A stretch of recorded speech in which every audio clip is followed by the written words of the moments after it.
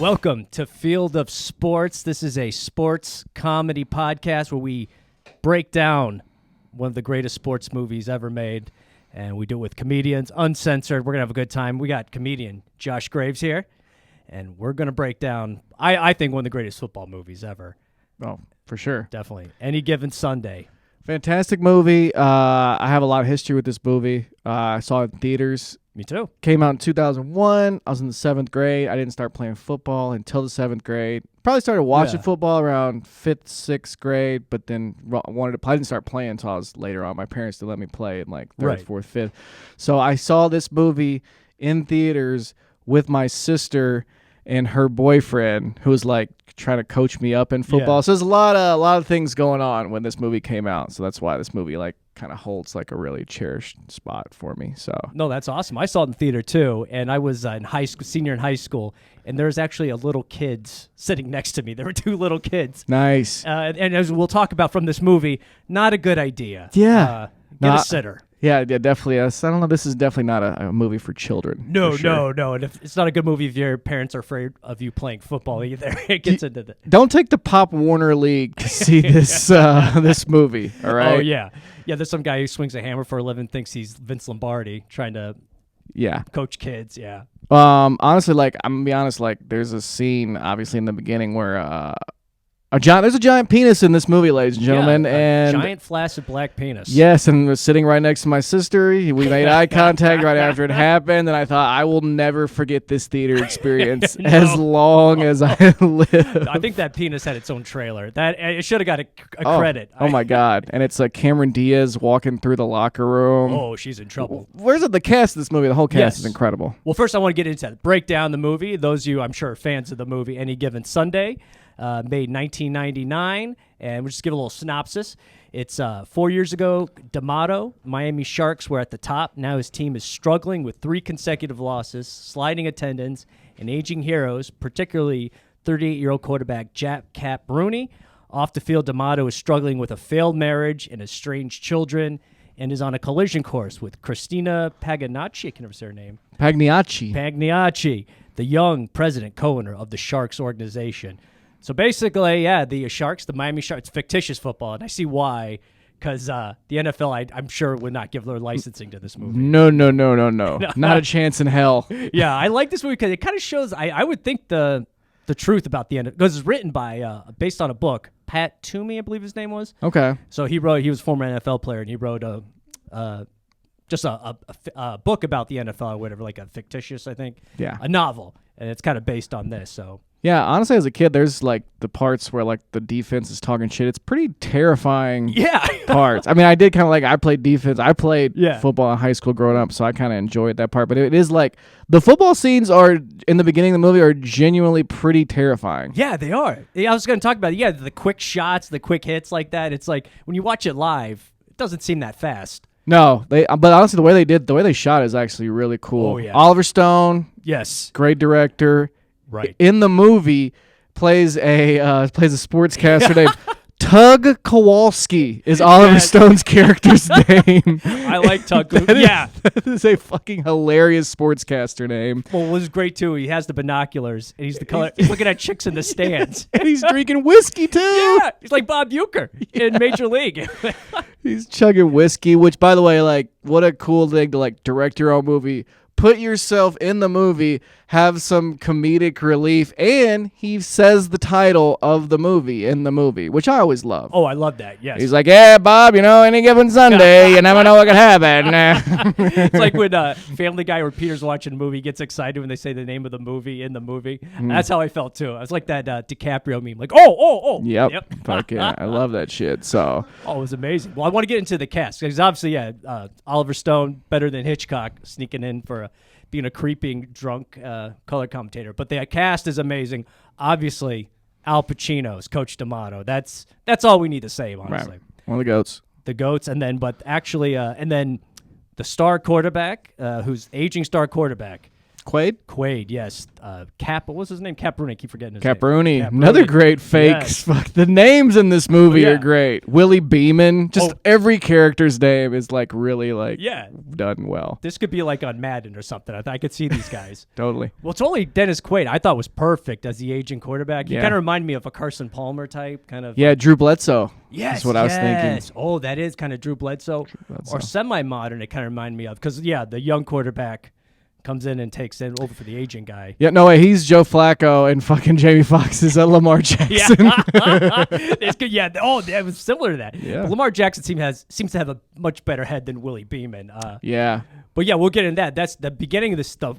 The beginning of the movie, I think, is great. Where the star quarterback, aging guy, takes a massive shot to the lower back, and my favorite character and favorite actor in the movie, I gotta say, James Woods. James Woods, the team doctor, total piece of shit. I tell you what, he is the best piece of shit. I mean, when he plays one, he can nail it better than anybody. Yeah, he's incredible. And then obviously Matthew Modine plays his assistant, the intern. The intern, yes. He's like a family friend. He's like, yeah, I got you're in the family. I got you the job. He's like the bone surgeries. That's to me. You take care of the gonorrhea, the diarrhea. He's a dick. He's very dismissive to Matthew Modine, and Modine's like the good doctor. Yes. Like he's the ethical one. Like this guy shouldn't play. He could die. Right. He cares about the concussions actually. Yes. And what's his blanking on the name. Modine? No, the other doctor. My favorite actor. James Woods. James Woods. Yes. James Woods. My Alzheimer's kicking in. Concussions. But no, he's coming. That's the opening scene where he takes the quarterback, kicks a huge shot in the lower back. He cannot get up. I mean, he might be paralyzed kind of situation. For sure. He's like, get your ass up. Come here. The cameras are off now. Yeah, he's like, you're bleeding on my suit. He's just a dick. It's like it's like the doctor's worse than the coaches, I think. Yeah. At one point, a player, one of the offensive linemen, injures himself, and Al Pacino's like, "How long is he out for?" And James Woods like, "Easter if he's lucky." Oh yeah, that's when he like ripped his ligaments. Yeah. He's the worst bedside manner of any doctor. Yeah. And then Dennis Quaid, he can't get up. He might have broken his lower back pretty much. Yeah. He's like, get up, come on, get up, get a stretcher, come on, you pussy. Yeah. Which, by the way, Dennis Quaid's wife is in the movie. She plays like the sports, like she's the protective sports wife. Yeah. But like sticks up for her husband, like he's the fucking starter. We don't fucking. There's one point where she kind of flips the switch. That's the woman from Dumb and Dumber. Yeah, Lauren Holly, right? Yeah, who's been married to Jim Carrey. So again, another. Ooh. She's a looker in the movie, but definitely a bitch, which near the end we'll get to later, which I thought horrible human being. Yeah. There's really not a lot. All the characters in this movie are kind of pieces of shit. Yes. I mean, they do have an arc. Obviously, Pacino has his arc, but the characters are very nefarious. Everyone, pretty much. Yeah. They're all out for themselves, and it's about that's pretty much professional sports. Yeah. Right. The owner, like, for example, Cameron Diaz, she's at it for herself. She does not care about these people as human beings. Nope. And that's the other thing. It's very interesting. See, Al Pacino's character, it's a legendary coach for the Miami Sharks. He's like a Bill Belichick type of character. Bill Belichick. I was thinking maybe Don Shula, too, a little bit. Yeah, I can see that. Because of Miami. But he's the legend, and then they're going through Belichick's kind of going through the same thing. I know, rebuilding. Yeah, rebuilding, and the owner is impatient, as you know. As they are. Well, the team was originally owned by Cameron Diaz's father, and he died. She took over the team, and she is not like him and does not have the loyalty to Pacino. No. Yeah. That's the problem in the NFL. Your new owner, new people, right? And she's thinking about selling the team. Yes. As well. To L.A. Ooh, yeah, that's an underlying. Yes. Actually, and if you think business-wise, because at the beginning of the movie, it might be a good idea, because they said at the beginning, Miami, they share the city with the Miami Dolphins. So it's like there's two teams in Miami. Oh, and that's why they want to go to L.A. because they got the shitty. They're playing in the Orange Bowl with the Miami. Yeah. I liked the stadium shots, too, at the beginning. They're fucking great. Oh, yeah, the Orange Bowl looked fancy. It did. Yeah. And then they did a road game, but it was obviously at Hard Rock Stadium or Joe Robbie at the time. Yeah. But that's the other thing. I love the team names in this movie. Oh, I have the whole list of them if you want to go through them. Are they the Minneapolis or Minnesota Americans? Let's see. We got, first off, the team, it has a very XFL vibe. Yes. Everything here. We got, because basically there's a shot in the movie where it goes through the schedule, and we have the Seattle Prospects, Okay. These are previous games. These teams aren't even in the movie, folks. These are teams that aren't playing. So we have the Seattle Prospects, the Los Angeles Breakers, Okay. the Waves. the Texas Rattlers, which we have a Rattlers here in Arizona. That's our arena team. Arena team, yeah. The Minnesota Americans, Very clever name, yes. the Houston Cattlemen. Actually, I kind of might like that one a little bit. too, I a might little like bit. Cattlemen. Can we change the Texans to the Cattlemen? Oh, yeah. The Washington Lumbermen. Okay, like NAU. Yeah. Okay. The Oregon Pioneers. I can kind of see that. We have the New York Emperors. The Chicago Rhinos. That's stupid. That's fucking That's stupid. terrible, yeah. Chicago Rhinos. California Crusaders. And that's it. So No, but well, the pivotal end of the movie, which we'll get to, I think it's the Rhinos. the Knights, The Knights. Dallas Knights, and we'll talk the worst, disgusting uniform of all times. Oh, the Dallas God. Knights, and we'll get in that. Wasn't Barry Switzer? Well, we'll get in. He's in it. Yeah, Yeah, I forgot. Well, we talk about the cameos in it, and first off, this movie takes place around the Miami Sharks. That's the fictitious name, and great receiving core. And a great receiver. I was going to say a great setting for a wild NFL sports to set them in, because Miami, obviously, drugs, hot women, so it's like perfect to put the team in Miami, actually. Yeah, like half the league lives in Miami in real life, too. Don't they Exactly. They all live out there in South Florida? For sure. Oh, yeah. The setting of it was perfect, and that's where everybody wants to go. But, yeah, the receiving core, you got Terrell Owens and Bill Bellamy. Oh, shout out to Bill Bellamy. Yeah. I mean, pick your poison, defensive Yeah. backs. I mean, we got to go. Couple of deep threats, over the top type fellas. Oh, yeah. They had a tight end on the team who he never had any lines, but he looked pretty good too. Oh, yeah, so. you look ready. Yeah, the casting was good in this movie. Solid casting, but yeah, hell of a receiving core. Bill Bellamy and Terrell Owens. Oh, I know. I don't know. You can't double both of them. I mean, what are you gonna do? Oh, I think I was trying to think. There's a Bill Bellamy movie that I can't think of with. So he should have given Terrell Owens like a bit role. Like they could have given Terrell Owens a line in this movie. Couple lines. For Yeah, the love of FaceTime God. though. He did get some FaceTime. Which, by the way, we haven't mentioned. There's two NFL all-time legends in this movie. Oh. Lawrence Taylor Yep. and Jim Brown. Rest in peace. Which I don't know how Lawrence Taylor outlived Jim Brown. I'm shocked by that. I know, right? Jesus Christ. So but is yeah. Lawrence Taylor's doctor. His heart. I don't know how his heart's alive. Even though they're playing themselves, they both give good performances. Yeah, this is rare in a sports movie where they have a cameo or like not cameo or sports or athlete plays somebody. But actually, I think both these guys, for Jim Brown for sure, is in yeah. the 70s and 80s movies. I think was Taylor in anything else? Maybe. No, I think he was in The Waterboy, but he played himself. I think he's in Shaft.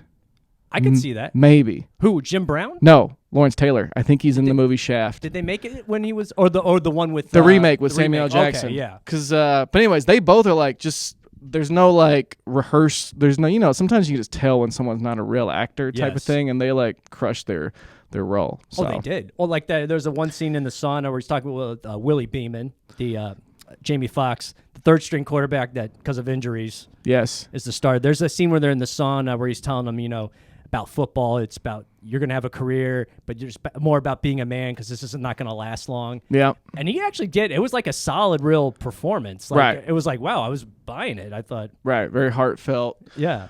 Moments. But yeah, there's so many like rewatchable scenes in this movie that's just. Oh yeah. There's so many scenes to go over. I got my notes here. For example, Lawrence Taylor definitely. Well, there's a couple scenes. The partying side of the NFL. Oh my God. Well, this is one scene I wanted to talk to you about because I loved it so much.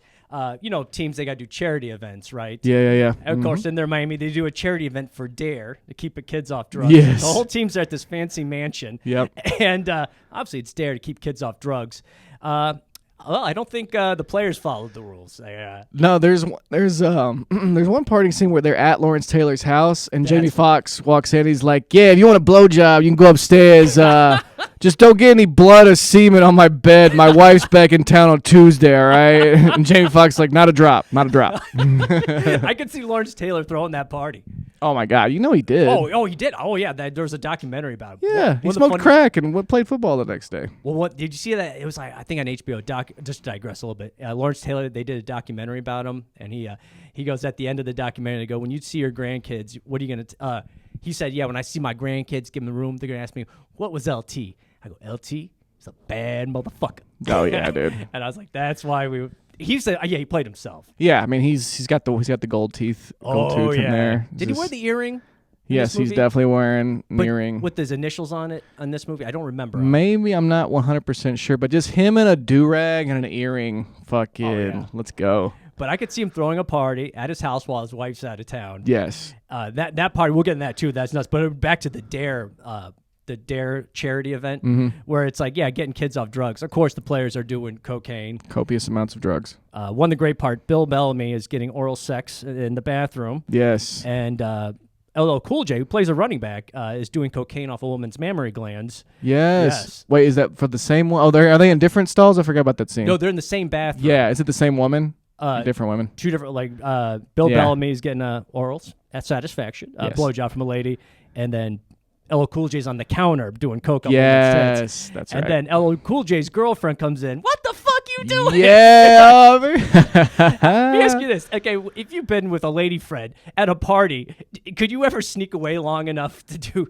I don't know. I don't go to. Obviously, I'm not a cool guy. I go to parties. You got to be like a very sneaky type of fellow. Yeah. To I mean, there's all kind of like professional athletes like cheating on their wives and whatnot. There's some great stories that I've heard. I've like guys like jumping off of like the balcony off of hotels down to like hide from their girlfriends when they're in a hotel room with someone else. So this movie does a great job of showing the infidelities of a professional athlete. Yes. So your heroes, they're not faithful. Yeah, unless you're a hot chick, maybe you'll get to blow them. Yeah, there you go. The one part I felt was unbelievable. Bill Bellamy was getting the blowjob on the toilet, and he's like talking about football or something. While oh, really? Yeah, or something. I'm just sitting there like, when you're getting head, I need to focus. Yeah, He's talking about like blitz coverages and shit. Yeah, something like, I forgot, it was something along there. Yeah, but I just love that LL Cool J's girlfriend comes in the bathroom. It's her fault. Get out of here, bitch. Yeah, get the fuck out of here. Yeah, I was like, and then they go outside the party. Everything's fine. Yeah, just keep it cool.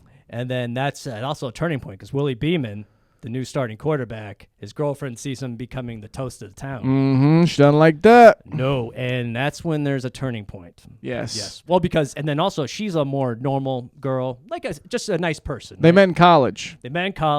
And she tried hanging out with the players' wives, and they were bitches to her. Yeah. These dismissive. Are like housewives of Miami type bitches. Totally that, yeah. Unless you're a wife, you don't get, they're very cunty. Yeah. Horrible human beings. But that's the thing, when Willie Beeman becomes a star, it goes through his head quick. Real quick. He's only he wins 2 games and he's making a music video. Yeah, it's like wait a minute here. It's like not even Dak Prescott. Remember, it's kind of like Tony Romo. Dak Prescott. It kind of reminds me of that, but he never was like an asshole. No, yeah. Like immediately he's a star. It's like 3 weeks in. He's it's like, well, once everybody figures you out in the league, man. It's not gonna be easy anymore. You could be. I would say the other maybe one non-believable aspect is that they have to go to Al Pacino and tell him that he's changing the plays. Yes. I'm pretty sure in the NFL, if they called a play and the quarterback changes the play in the huddle, I'm pretty sure the coach or the offensive coordinator are going to know that it's happening. Yes. They're like, he's changing the plays, coach, and Al Pacino's like, he's changing the plays. He's audibles? No, coach, in the huddle. You're telling me he's changing. Fuck it. I'm pretty sure they're going to know. It's like, where's his head? Like, I'm not paying attention to the team. I don't know what's going on here. I don't know. Well, we're doing good. We're doing well. Fuck. Well, that's the thing, too. Yeah, he's Willie Beeman. Takes over the team, does not follow the playbook, obviously. Takes things in his own hand. He's a mobile quarterback we're talking about. Michael Vick era. Which is this movie came out at the perfect time where, I mean, obviously you had Randall Cunningham in the early 90s. Maybe, I don't know besides him, once Vick came on the side, I feel like it was, Cunningham was maybe the first. McNair, who I'm a Titans fan. So that's right, yeah. McNair was not as fast as Vick, but a great mobile, would run for a first down when we needed to type of thing. But you saw the slow put the best athlete at quarterback. The best athlete used to be the running back, obviously. Right. But it's like, I mean, if the guy who's going to have the ball in his hands most, you might as well make him the fastest guy on the field. So it is like a referendum on how, there's obviously in the 70s, 80s, 90s, there was maybe like a racial stereotype of black guys couldn't be the quarterback. They thought it was mental, like a mental thing. Which was very racist. Very racist. Yeah. So this movie it comes out at the perfect point when Vic's setting the league on fire. Maybe he's still in college, but you're seeing the trend of the Donovan McNabbs of the world and the Michael Vick. So it's a perfectly timed movie, I would say. Oh yeah, it came out. It was that perfect time. Yeah, where he was. The mobile quarterback was starting to come into their own. And of course, he's running all the time, and then he's doing what an aggressive player would do. Willie Beeman would do. You jump over guys like my boy Josh Allen. Yep. And they go, well, does he know how to slide? Yep. And it's like, yeah, I know, man. He's a baller. Dude. But the problem is he's selfish. Very. Yes, it's gone to his head quick. Where he's changing plays in the huddle. Mm-hmm. But then on top of that, he's only about himself to a psychotic level. Oh yeah. Real quick, where it's just like. And there's a good scene with him and Al Pacino where Al Pacino invites him to his home. It's one of my favorite scenes, actually, in the movie. Mine too. Did you like the Ben-Hur video playing? Yes. Which is reminiscent of what... Football players are gladiators, obviously. They're slaves playing for the kings. Yes, exactly. So it matched perfect. And Jamie Foxx's monologue was pretty much about that. Like, right. Yeah, you guys don't give a shit about me. I got a few years. And then I'm out of here, yeah.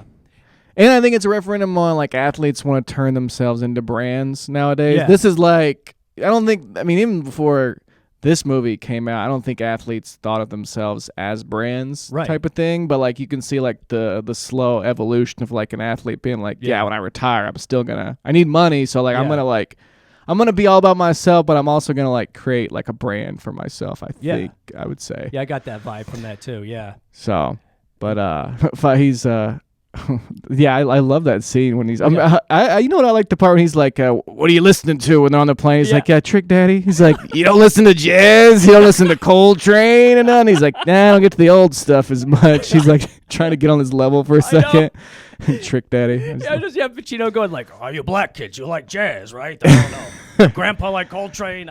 It was kind of like that vibe where he's like, "That's what the black kids like, right?" Also, we do learn in that.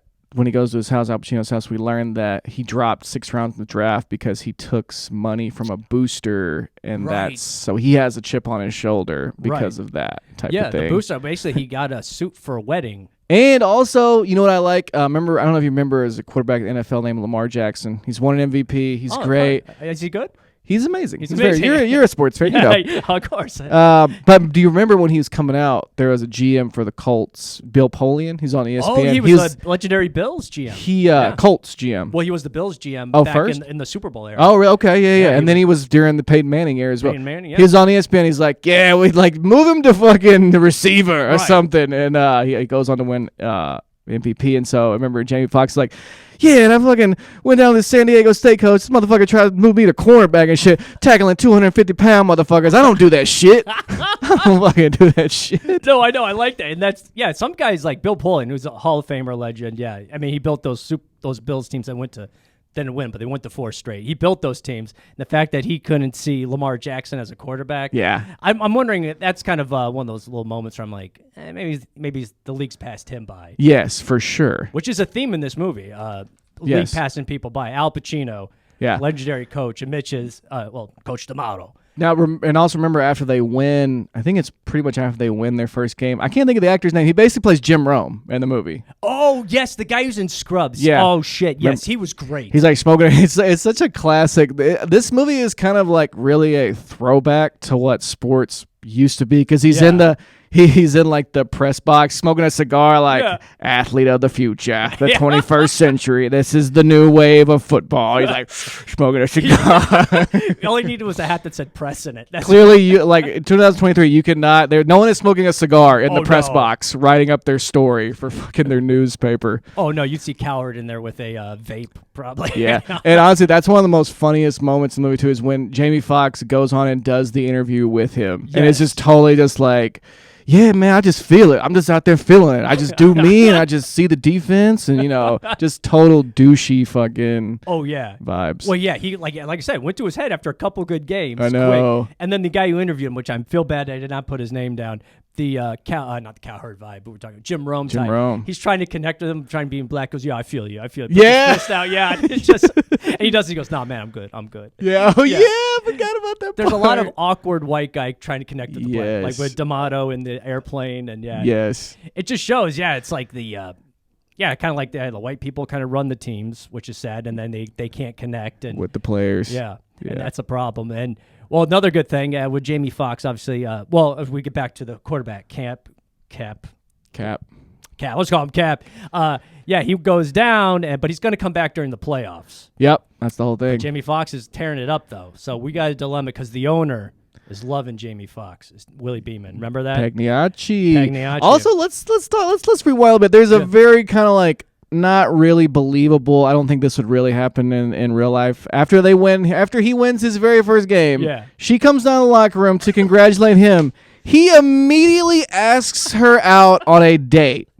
Again, this is the quarterback of a sports franchise asking the owner of the team out on a date in their first meaningful interaction. Yeah. Like, and she's like, "Nah, I don't date players." And he's like, "Oh, so you're influenced by what other people think?" And she's like, "Yeah, I think we all are in this business, actually." That was the one unbelievable. Well, a few. I was like, great scene, hilarious in the moment, but I don't think the quarterback is gonna ask the owner out on a date their first meaningful interaction. Well, I'm trying to think. The owner of the Lions is a female. I'm trying to think who's the owner of the Titans is a lady. Oh, it is. Oh, Amy really? Strunk. Yeah, Oh, okay. She's not as hot as no. Cameron Diaz. But. Well, the Bills have one too. Well, it's a husband and wife, Kim Pagula. But I just don't see. That's kind of ballsy. Asking the wife. Yeah. I'm trying to think who, like a player asking Jerry Jones out for dinner or something. Which would be weird. It was fun, hilarious. That was pretty good. But that's the scene where we see the large black penis. Yes, and also she walks by a different guy. She's like, "Don't stiffen up on me." Yeah, she's funny. She's got a one-liner. She's great, dude. But she's definitely in a power trip mode because she takes over. She inherited it from her dad. Yeah, honestly, I actually really was watching this movie. She gave a really good performance in this movie. She plays like a good bitch. Yeah, like, she was a total, And also, at the very end, Charlton Heston. Remember her talking with Charlton Heston for a moment? Yeah, he was the commissioner. Yes, that's what it is. Okay, yeah. And he's like, "You're just like your father," something like that. Yeah, something or worse maybe, because remember she's... Oh, but he's talking about the mother, maybe. Oh, the mother, I think. Oh, yeah, mother, that's right. Cameron Diaz's mom, the widow. Yes. Father, Anne Margaret. Ooh, hot old lady. Yeah. Are they like stereotyping like older Italian women with that? I don't think Anne Margaret's Italian. But is she Italian? Yeah, I think the husband or the owner that passed away was. He was Italian. Obviously, the last name Pagliacci. I just love she has like the little dog that's like pissing all the time everywhere and shit. Kind of like Carmela and shit. She's like drinking wine at the game. Yeah. Like, you take this so serious. That's why she didn't get the team. Yeah, exactly. I'm sure she's co-chairman or some shit. Yeah. Yeah, but Anne Margaret plays Cameron Diaz's mom. Perfect casting, by the way, because I agree. I could see that matching. Yeah, she's just a drunk, rich old lady with her little dogs. Yeah. And does not care about football in the least. No. Fuck. But loves the money and the luxury suite. Right. But yeah, Cameron Diaz playing the bitchy owner, trying to make it her own thing, and definitely wanting to move the team to L.A. Right. Without the league's permission, too. No, yeah, just going. And that's a good scene where we're talking about Charlton Heston, where they're having the meeting. He pulls her aside. He goes, "Yeah, we're gonna have a meeting because I don't know, they're gonna punish her or something." Yeah. Remember that or something? Maybe like a fine or something. Yeah, and she's getting scared. It's like, yeah, you can't do this without anybody knowing, or yeah, she's gonna be held accountable. But Charlton, in the end, he was in Ben-Hur, so he was in that scene earlier. Right. Again, another fantastic actor in this movie. I say let's go back to the beginning a little bit. Yeah. Jamie Foxx throwing up on the field is pretty fucking great. It's awesome. I remember me and my dad watched the movie together, like after it came out, on whatever DVD, and my dad thought that was so funny. And LL Cool J's like, "Fucking, you threw up on the fucking logo, motherfucker! I gotta fucking sit back here in a fucking pile of your own throw up type of shit." That's what I was wondering too. It's like, because that's his thing. He throws up before every game or on the field, right? Yeah. Well, here's the thing with throwing. Okay, I can handle blood on the field, but vomit. If I was a player, I'm not getting tackled in that shit. Yeah, that would be pretty disgusting. Yeah, that is. The first time when he did it in the game, it was like it just looked very amateurish as a player. It was like I was like, what the fuck? This guy can't handle it. But it became his thing, and people loved it before a game. Yeah, it's like LeBron does the chalk in his hands before Willie Beeman pukes before the fucking game, and it's vilely disgusting. When when Willie Beeman, because we forgot to bring this up. Okay, when Cap gets injured, they bring in the backup quarterback. It was kind of like Garoppolo type. Was an Italian guy. Yeah. And then he gets his knee blown out immediately. Yeah. But when Willie Beeman is on the bench, they're calling him in. He's reading the paper and eating like candy or chips or something. Yeah, he's reading the paper. Yeah, he's reading the paper. Yeah, they go, "Get your fucking ass in here." Yeah, he doesn't know where his helmet is. Yeah, he doesn't. Yeah, it's like, imagine you'd be cut immediately if you're on the team and you're reading the paper. Yeah. If you're not playing, the camera would be on you the whole time. Yeah. That was a little comedic, a little over the top. Well, yeah. But that was great when Yeah, it's a good sports movie, but they're fun moments, but you're like, Jesus Christ, what is going on right now in this movie? Fucking. I like that. I like that, but I felt like the vibe of it was kind of real in the NFL. Because, like you said, it's written by a novel by a former player. Oh yeah. I think it's probably like it's definitely like before the NFL got a little like started reeling itself back type thing. Well, before concussion, before concussions. Yeah. Also, remember they win their first game, and there's a moment where all the black players are playing rap, and then all the white players are playing like the rock, and Lawrence says like, "Man, quit playing that Nazi rock shit," and he's like, "Fuck you, we bow down to the god of rock." Yeah. And then they're in the shower, and that guy, the buff guy with the fucking shit on his eyes. Yeah, the white guy who's crazy. He's great in the movie. They're like, "Man, you can't dance for shit." And he's like, "Oh, I can't dance for shit." And he like walks away, and he comes back with a baby alligator and puts it in the shower, which is one of the most hilarious moments in the movie, because all the players in the shower are like, "Oh no, please, no." Well, it's frightening. Your dick is out with a razor sharp. I know. You're scared. I know, and then they just have a shot of the gator going. Yeah, it's scary. No, that's what I do want to do anything violent while I'm naked. I'm sorry, it's very scary, especially in that. Yeah. And I have a few questions. Wouldn't the team know, like, hey, there's a live alligator in the locker room already? Like, how did he bring this in? Yeah, like where was he keeping that? Yeah, you're definitely getting fined for. Yeah, fine. Yes, I think one of the ball boys would have noticed it. Like, hey, coach, there's a fucking small alligator. Adolescent alligator, but still could kill you. Yeah, that guy who we're talking about, the white guy with the crazy eyes. He was a character. He's great. Oh, he was at the.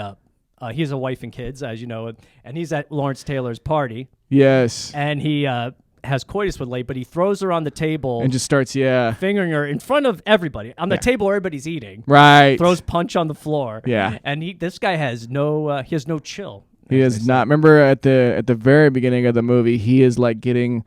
Like shot up by something. He has like a small injury that they're treating, and then he's like, "I gotta take a shit right now." And then they get him over to the bathroom. He takes a shit as the trainer's like right there with him in the stall. Matthew Modine. Yes. Right. He's not the doctor from. He doesn't play his character in Stranger Things, which is Dr. Brenner. Yeah, he's a little bit better than Dr. Brenner. He doesn't do experiments on children, but right.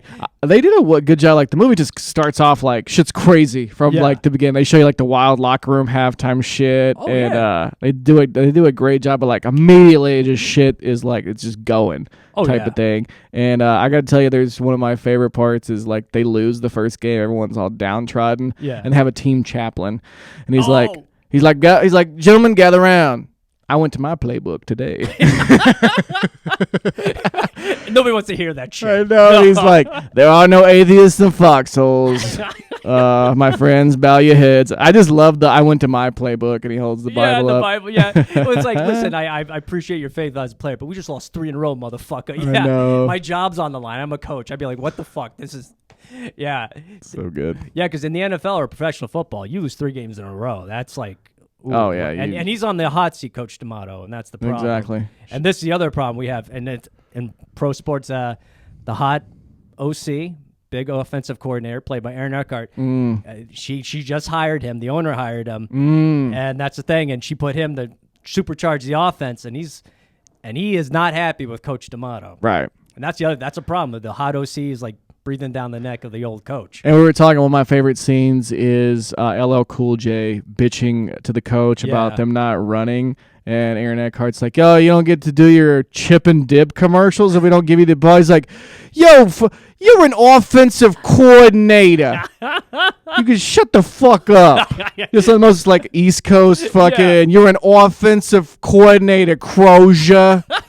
Talking to your boss like that, remember that? Yeah. Fuck you. Yeah. Well, that's the thing. That's the thing we bring up. Like in the NFL or these players, that's why they're all individuals. They get bonuses. They hit certain statistical milestones. Yeah. And LL Cool J need to hit a number of yards. Yeah. And he wasn't running the ball enough. And obviously, this basically the entire movie, LL Cool J and Jamie Foxx hate each other. Yeah. And I don't know if you've ever heard this. Apparently, on the set of the movie, they actually did hate each other. Have you heard this? No. Like, I'm pretty sure LL Cool J, this could have gone the other way, but I think LL Cool J punched Jamie Foxx in the face on set in like a real fight.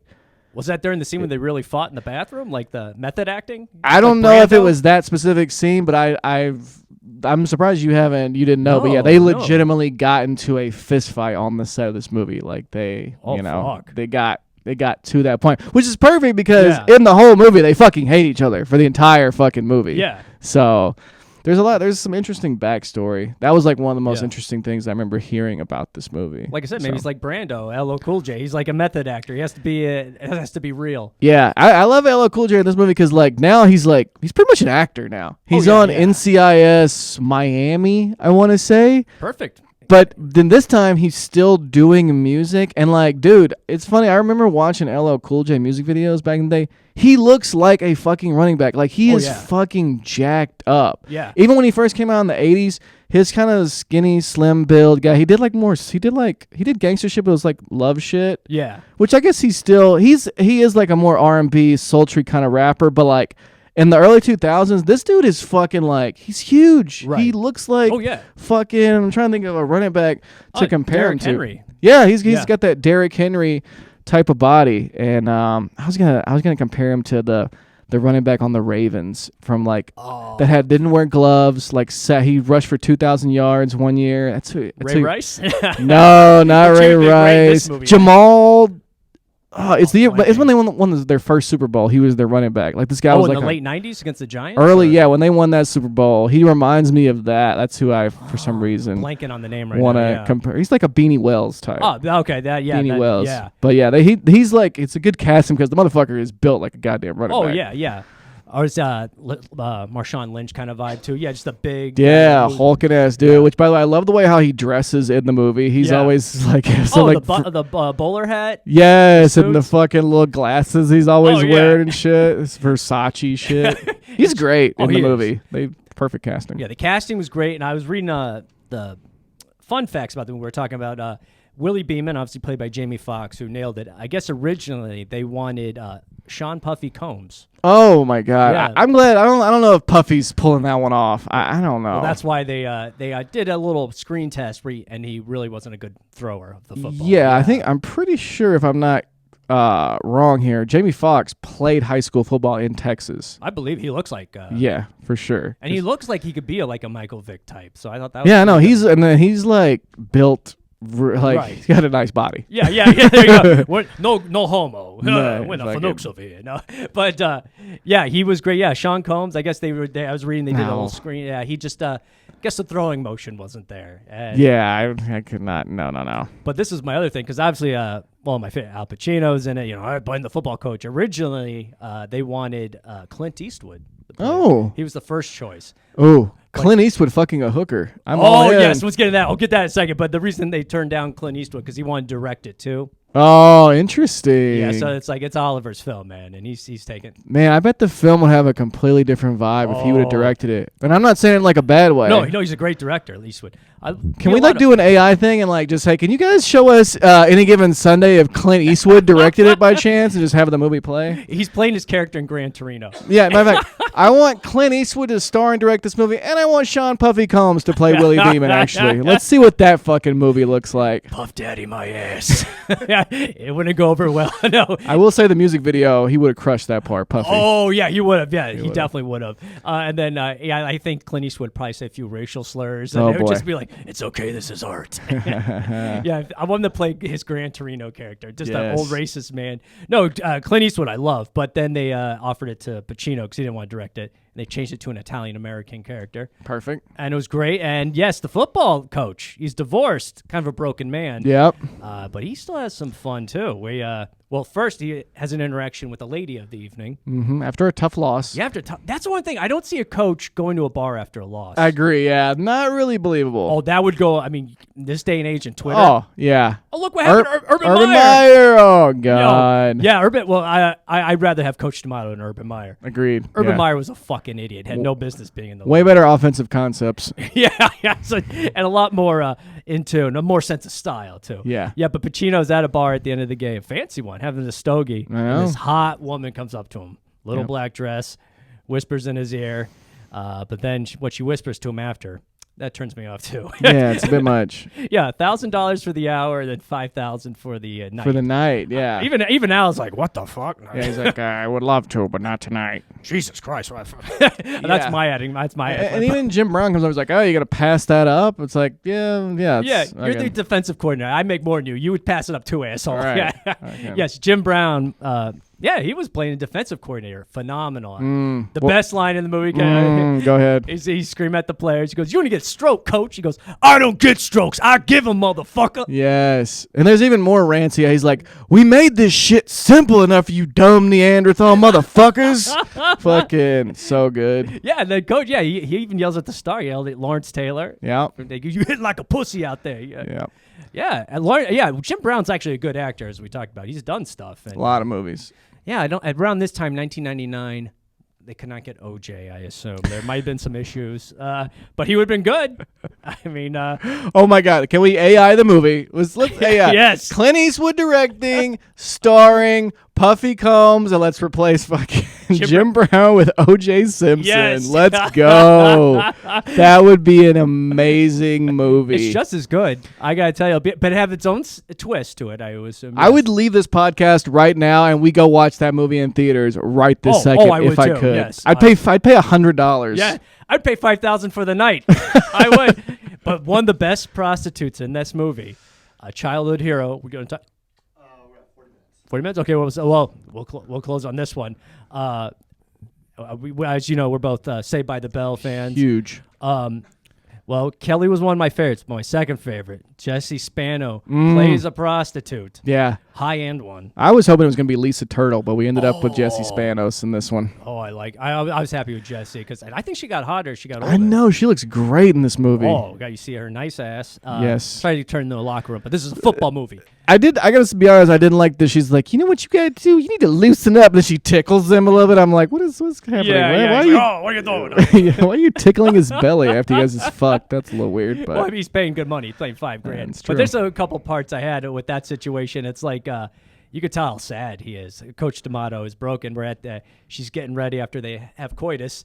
And he's asking her to, like, what if you just gave up the money and we could be together? Something like you want to date a hooker. And it's just like, ooh. Yeah. I've been there where you're lonely to a point. And you're just like, why not? I mean, she's hot. I mean, don't get me wrong. I mean, he has a rich NFL coach. So Yeah. it's like, yeah. You seen that house he was living in. It was pretty good. It was lovely. But the thing is, he wrote her a check. And I'm like, Coach, you probably don't want a paper trail on this. This is before Venmo. But it's like, Coach, I advise you to wire the money from your that's a paper trail on that, too. Go to the bank and get some cash out for this transaction. Well, it's Pacino in Miami. I mean, there's Tony Montana. He's done plenty of movies out there. Yeah, I'll get you the money. No problem. Should we get to the championship game, the end? Yes, let's close because that's the finale. And then the ending is very interesting, too. There's a part, it is. credits. The championship game against the Miami Sharks versus the Dallas Knights. Yes. The worst fucking uniforms. I feel like Oliver Stone may hate the Dallas Cowboys. Has reverence, but also kind of hates them as well. Yeah. Just based on how shitty the uniforms were. Oh, God. Well, what they look up, if you're just listening to audio and you haven't, you've probably seen the movie. It's like a shield. Like the front, there's no number or name on the jersey. It just looks like a cross, like a shield. Yeah. And then the 50-yard line, there's no logo in the middle of the field. It's just a strip. The whole 50-yard line strip is the logo. Yeah. The colors, and they're awful. Medieval, like red and yellow. Yeah, it's basically like if medieval times had a football team. Yes, that's what. Yeah. That's all it is. Like I said, what was the other team we're talking about? Was it the Houston Cattlemen? You know. Yes. The Knights. That could be a football. XFL vibes. Yeah, very XFL or NFL Europe. Remember that? Yes. I will say one of my favorite parts of the movie is when Jamie Foxx gets put back in after halftime. After the great speech, which we can go over, and he's kind of like just grooving back. He's back in, and they're playing "Use Me Up." That's great. Oh yeah. Bill Withers song, "Use Me Up." It's like fucking great song, and I love the end of the movie. Yeah. Oh, the end of the movie is great. Well, first we would bring in Dennis Quaid, his character. He comes off of injury to start the playoff Comes game. back, starts the game off. Yeah, and then he does great, by the way. Actually has a good first half. Right. Yeah, he gets his bell rung pretty hard. Bell rushing in rung. the ball, yeah. Oh, yeah. Great euphemism for a concussion, by the way. Yes. That's like concussions. That's a problem we were talking about in the movie. Guys, Lawrence Taylor, he had like 5 concussions in 3 months. Or 3 concussions in 5 months.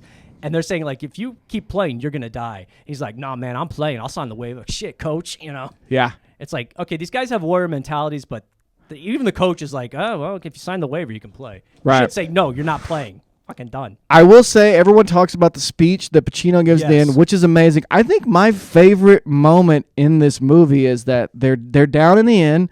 They need a big defensive stop. It's 4th and 1. Yep. And I can't. It's obviously a running play, or maybe it's not. I know that Lawrence Taylor he needs one more tackle for a loss to get his $1 million bonus. Yeah, he needs 12 sacks or something. Or no, something like that. Yeah, something. It's either a sack or a tackle for a loss. Right. And he does like a great pass to Lawrence Taylor, like he's on the block, but then he spins out of it, tackles the guy for a loss.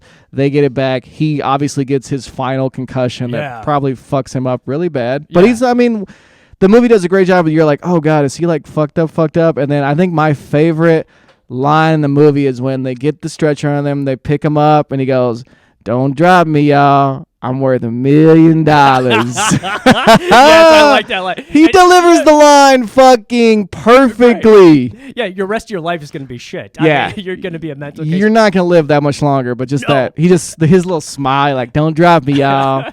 I'm worth $1 million. His little gold tooth shining. It's great. That's what LT would have done, I think. Exactly. But enjoy the CTE and you'll murder your wife and kids later. And but in the meantime, hey, enjoy the $1 million. But also, I think you got to realize that this Pacino speech has probably been played. I don't think we watched it in high school. We definitely, like, our coaches would show us shit before games. But like that speech has been played before countless real football teams of all levels. Oh, yeah. You know what I'm saying? So I think it was based, the guy who wrote the book, Pat, too. I think it's a Marty Schottenheimer speech. Is it? Yeah, he based it on that. Okay. So I think there's, win inch by inch. That's true of the game. It's a game of inches. And that's why Willie Beeman jumps over guys. That's why the real dog. Yeah. That is a very Josh Allen play that they end on type of thing. Yeah, jumping over guys and the coaches are getting pissed, but it's like, it's inch by inch. Yeah. Here's what I like about the movie. They don't win the championship. I like that. Yes. I think it would have been if they would have just won the whole thing. It's like that. I like that they lose and that that's the final, which is also the final scene's great. Oh yeah, there's a movie after the credits. Yes. There's still, and that's the thing where he kind of announces, or the owner who hated him, she goes, congratulations, thank you for teaching me. You're being such a great person. They pass on to the OC, Aaron Eckhart, and he goes, thank you for your time. I'm got a new job in Albuquerque. He's taking over that expansion team, and he's getting Willie Beeman. Yeah, he takes Willie Beeman with him to the expansion team. Well, there's might be some tampering issues. We'll talk about that in the league. You're already getting the quarterback, and you got a job before all this. This is interesting. Yeah, you're right. Yeah. Probably maybe not the way it would really be done in real professional sports. Charlton Heston's going to have a problem, but the commissioner. But here's the thing, Coach D'Amato, you go to Albuquerque, great food, nice scenery, but you're not going to get Elizabeth Berkley prostitutes. A little different than Miami. Oh yes, it's not. You're not going to be Walter White out there. Yeah. But no, hey man, Josh, thank you for doing the first episode of Field of. Well, one of them we'll find out. Honestly, this movie's so good, it's like hard to get to everything in this movie. God. There's stuff here thinking like, oh, that part. Oh, I know. Well, we got to have you back. Will you do another episode? I would love to. Well, there's plenty of sports movies, and we might even do a part 2 of this movie because it's actually a great sports movie. I know. Josh, thank you, Josh Graves. Thank you for being on Field of Jokes and many more to come. Hell yeah. Thanks for having me, bud. No problem. Later.